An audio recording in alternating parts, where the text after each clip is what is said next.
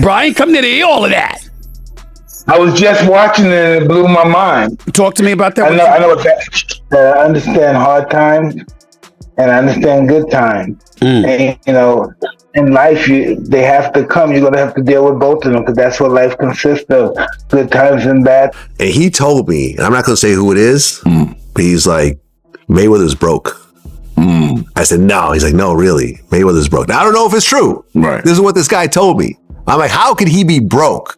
He's like, yo, he spends like crazy. But like, you know, Floyd's a great fighter. Don't get me wrong. Yeah. You know, he had 50 fights and he said, yo, so don't tell me about you the greatest fighter with 50 and 0, nigga. You're great, no doubt about it, nigga. 50 and 0. We're excited about you and Floyd. Is that still happening or is that... Yeah, it's happening. Yeah, it's happening. You think I give that up? I was minding my business. He challenged me. You look good. How you feeling physically? Incredible. You've been training? Listen, I was wearing an extra large. It looks like I'm wearing large now. Looking good, man. Still looking. During a live interview with Stephen A. Smith, Mike Tyson held nothing back. The former heavyweight champion delivered sharp criticism aimed at Floyd Mayweather Jr., speaking with the straightforward intensity that only someone with his background in the heavyweight division can bring. How do you feel about Floyd, though? How do you feel about Awesome Floyd? fighter, great fighter. You know, he's a little too into himself. You know, he should be. I was the same way too, but you have to come to reality some way. You have to bring your head down to God. We're nothing to be fucking arrogant. You expect us to be ignorant and arrogant. Look where we came from. That's why I asked the question earlier about you mentoring fighters, because I feel like Floyd looked at you growing up like every other fighter, and the persona and the lifestyle was like growing up in the hood. We looked at it like that's Mike Tyson. We see the cars, the jewelry, the flair. Like you was a movie star. You was a hero. I didn't see that. Mike Tyson portrayed Floyd Mayweather Jr. as someone driven by ego and personal obsession, implying that he has become increasingly out of touch with reality. Tyson also hinted that Mayweather's highly publicized showcases of large amounts of cash might be more about putting on a spectacle than demonstrating genuine financial security. Because Floyd, we've been friends since 2002. There was a point where I'm looking at things and I'm going, yo, we kind of got the wrong messaging point. Because we're saying we got all the money in the world, we're going to burn it, we're going to get it again. So what? When you say change it, he goes, nah, you do that, Five. He said something to me one time, very simple. He said, what a prize fighter fight for? And I'm like, and he said, the prize. Don't nobody watch Floyd fight to see how amazing he is. They watch it for the opportunity to see him lose. Right. Because they don't like him. In the arena have just shown Floyd Mayweather and they begin to boo immediately. They don't like him because everything that he says is about money. There's nothing else. There's no values. There's no... Like the people's champ, like Ali was standing for the same things. Right. The audience was standing for. You know, he doesn't have any of that. It's just money. I take 30 watches with me. According to Mike Tyson, success in the ring does not justify arrogance outside of it. He emphasized that a fighter's achievements should be matched with humility, warning that repeatedly showing off wealth can damage a reputation more quickly than any rival in the ring ever could. When Tyson publicly stated that the actions of Floyd Mayweather Jr. were hurting his own reputation, the remark carried real weight. Delivered during a conversation with Stephen A. Smith, the criticism struck with the force of a clean hit, direct, highly visible, and difficult for anyone to overlook. No, I didn't make as much money as you'd think fighting Floyd. Did you get paid from that? He still owes me $1.5 million, maybe more. How does he owe you the money? Why don't you just like... Here's what happened. He pre-sold the fight using my likeness to some company in, I think, Dubai or like the Middle East for $10 million cash. We ended up doing the fight in the States with a different company. That is the company that put on the fight. That is the company that paid me. But he sold our fight with my name and likeness to someone else in Dubai for $10 million cash. It's our fight, bro. Our deal was 15%. He smoked me. So I got 15% of it. 15% of $10 million is $1.5 million. That company paid him that money, is suing him. I actually don't know the status on that lawsuit. I should check in because he still owes me money, but he has a bunch of legal trouble at the moment. I don't think I'm ever getting the money. He just sold his house in Vegas. Did he really? Yeah. I think, he's facing a rinsed on that house. He started at $14 million. Sold for 6.6. When Mike Tyson went as far as saying he could knock out Floyd Mayweather Jr., The remark carried more weight than a simple bit of trash talk. It sounded less like a taunt and more like a hard statement about the value of respect, something Tyson suggested should be reflected in how a person behaves when the spotlight fades. The reaction from fans was immediate and intense, as if a powerful blast had shattered the quiet of the room. People were shocked, outspoken, and quickly divided in their opinions. Some agreed with the point he was making, while others strongly pushed back. Regardless of where anyone stood, the message from Tyson cut clearly through the debate. Humility still plays a crucial role, and when ego goes unchecked, even the most celebrated figures can begin to look diminished. In the end, Tyson presented it like the final move of a fight. You might walk away with victories in the ring, but it is still possible to lose the narrative that follows, along with the respect of the public. Floyd spends money like it's a tap. Money's just flowing. Even as much money as he's made in his career, which he's probably made more money than any boxer ever. There's all these lawsuits. He hasn't been paying things. He owes money on this and owes money on that. And he's got to come out of retirement. It's just the lifestyle that Floyd lives. It's like he got to be lavish. So that he got $1 million in his backpack. He got the latest watch and the latest car. And when you get into latest watches and latest cars, boy, that money goes quick. Bugattis are like $3 million. There's watches that are $3-5 million. So you buy a watch and a car, you're down. The whole larger-than-life tension between Mike Tyson and Floyd Mayweather Jr. had us focused on the classic contrast: raw power against careful precision, mythic reputation versus calculated ring intelligence. But the discussion suddenly took an unexpected turn. As the breakdown continued, Dwayne Wade started laughing while talking about the rumors surrounding Mayweather's finances. In that moment, the conversation shifted dramatically. 1 second, it was all about boxing styles and legacy inside the ring. And the next, it felt like the spotlight had moved to balance sheets and financial speculation.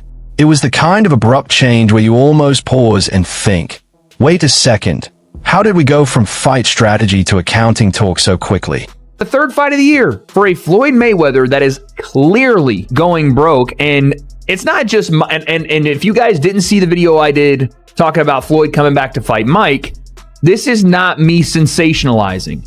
This is the truth. There is no speculation, but I told you guys, Floyd owes a lot of people a lot of money, and he don't have it. Logan Paul also discussed this, and this is probably the best screenshot I couldn't gotten on this video. My God, his ramen noodle hair is flying in the wind, and there's no wind in that place.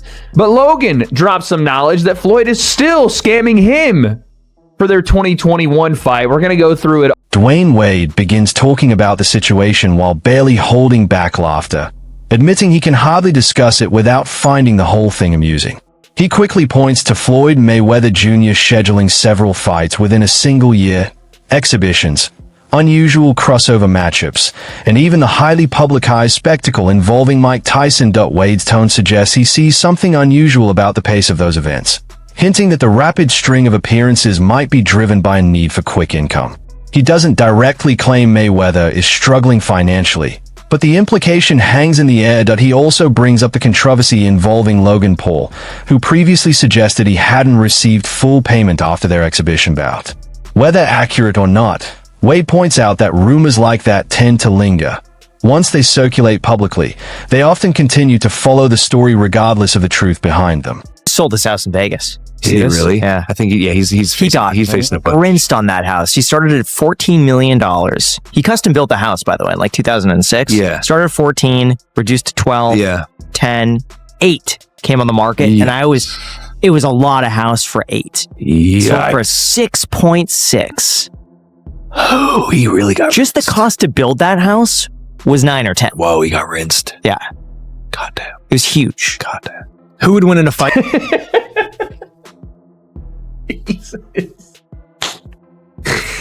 And yeah, that's another piece of like what Floyd has done with his money after his fight. As Dwayne Wade keeps returning to the topic, he highlights how Floyd Mayweather Jr. continues a raging bout after bout, even though he previously announced his retirement from boxing years ago. That observation is where the discussion really heats up. It raises a question people quickly begin debating. Is it simply a deep passion for the sport, or is the motivation tied more to the revenue that comes with each pay-per-view event? At the same time, Wade acknowledges something undeniable about Mayweather's career. Under the persona of Money Mayweather, he perfected the ability to market himself. By turning promotion into spectacle and carefully building anticipation around every appearance, he helped transform modern boxing promotion into something that often feels closer to entertainment theater than a traditional sporting build-up. When I see people get upset at me on Twitter talking about, oh, watch your own pocket, you ain't ever made as much money as Floyd has. I know that, dude. I'm not saying that Floyd is as broke as one of the freaking tweakers on 6th Street Bridge in Los Angeles, dude. That's not what I'm saying. But for the amount of money that he has made, over $1.2 billion, and the amount of money that he still has, let's say it is $300 million. That means Floyd has lost 70% of the money he... From there, the discussion gradually shifts again. Instead of focusing strictly on performance in the ring, it starts drifting toward questions about lifestyle. Big purchases, luxury jets, expensive homes, and business ventures tied to Floyd Mayweather Jr. The conversation begins to explore whether maintaining that level of spending long-term is sustainable. While Dwayne Wade talks through these points, an interesting contradiction becomes hard to ignore. Even the people who criticize Mayweather and claim he keeps fighting only for the money are often the same ones who immediately pay attention whenever his name appears on a fight card. That's the unusual pull of a major figure in sports. Wade might question the motivation. Commentators may analyze the financial angle. Fans might argue back and forth about what it all means. But the moment Mayweather starts walking toward another ring appearance, curiosity tends to take over. Debate continues, but interest almost always wins. Floyd owes like $1.4 million in jewelry debts, that Floyd owes like hundreds of thousands of dollars in rent for a private New York apartment, his private jet fuel. He's not paid hundreds of thousands of dollars worth of fuel and maintenance. He put up one of his jets that I think he even sold, but one of his jets and I want to say one of his properties, like one of his homes, up as collateral for a $54 million loan from an individual, from a billionaire that had a 9% interest on the loan. The discussion about Floyd Mayweather Jr. potentially chasing big paydays had already set rumor mills in motion. Then DJ Vlad jumps in, like someone who just overheard a juicy tidbit at a jewelry shop, and suddenly the story escalates even further. Vlad shares that an OG jeweler allegedly mentioned Mayweather might be financially strained due to his extravagant spending habits. In that moment, it's hard not to pause, because in the world of boxing, stories about lavish lifestyles and rumored money troubles have circulated many times before, making this one feel strangely familiar. I mean, listen, Mayweather never flies commercial. He's only flying private. So he doesn't own his own plane? I don't think so. I've never seen a Mayweather plane, like a Drake plane. I've never seen that. Not to say that he doesn't. I don't know Mayweather like that. I've never even met him. So I don't know. I mean, you have a lot of properties. You have Mayweather's legendary earnings and equally legendary lifestyle on the table. Suddenly, everyone starts playing amateur financial detective. DJ Vlad even admits he isn't certain whether the claims are true.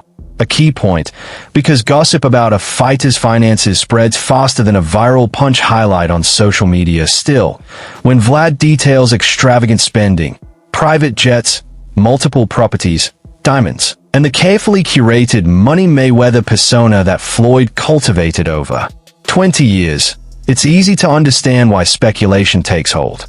The image of constant wealth is so vivid that people naturally jump to conclusions, whether the reports are verified or not. A lot of money you're constantly spending.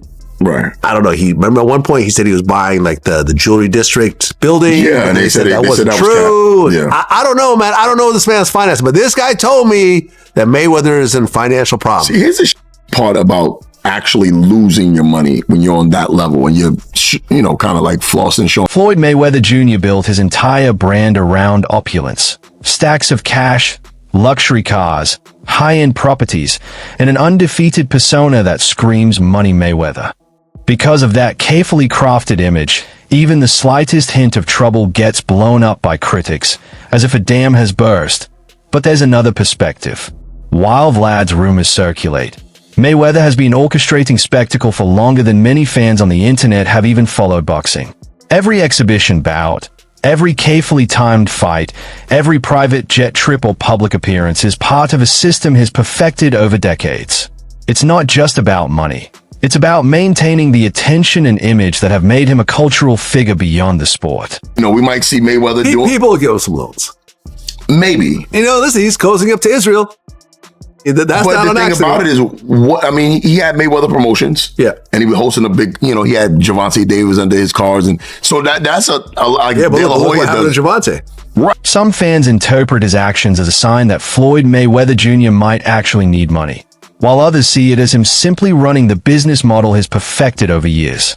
These are two very different takes on the exact same behavior. DJ Vlad even points out a harsher reality. When someone lives as extravagantly as Mayweather does, the public often waits for a misstep. That expectation is a tough but unavoidable part of celebrity culture. Yet there's a striking contradiction. Despite debates over his finances and criticisms of his lifestyle, whenever Mayweather's name appears on a fight poster, people immediately pay attention. They click, watch, and discuss. That's the essence of the Mayweather paradox. He attracts rumors, excels at business, becomes a magnet for criticism, and still remains the center of the conversation. So if you can sustain that, you don't ever have to box again. But now has to take fights because, you know, when you floss like Mayweather, you can't go down. Yeah. You got to stay right there because people are going to peep any kind of chinks in your armor if you're not wearing 3 or 4 big $1 million diamond. Before the DJ Vlad rumors about lavish spending and flashier lifestyles even cool down, Simon Jordan jumps in, steering the discussion away from gossip and straight into hard business logic. The shift is striking. Simon downplays the idea of a Floyd Mayweather Jr. versus Manny Pacquiao rematch, pointing out that there's barely any real sporting intrigue left. It sounds harsh, until you remember these fighters were already considered past their prime back in 2015. Now, years later, both are approaching 50, yet the conversation about them somehow refuses to fade. Simon doesn't approach it like a typical boxing debate. Instead, he frames it as if analyzing a streaming services strategy.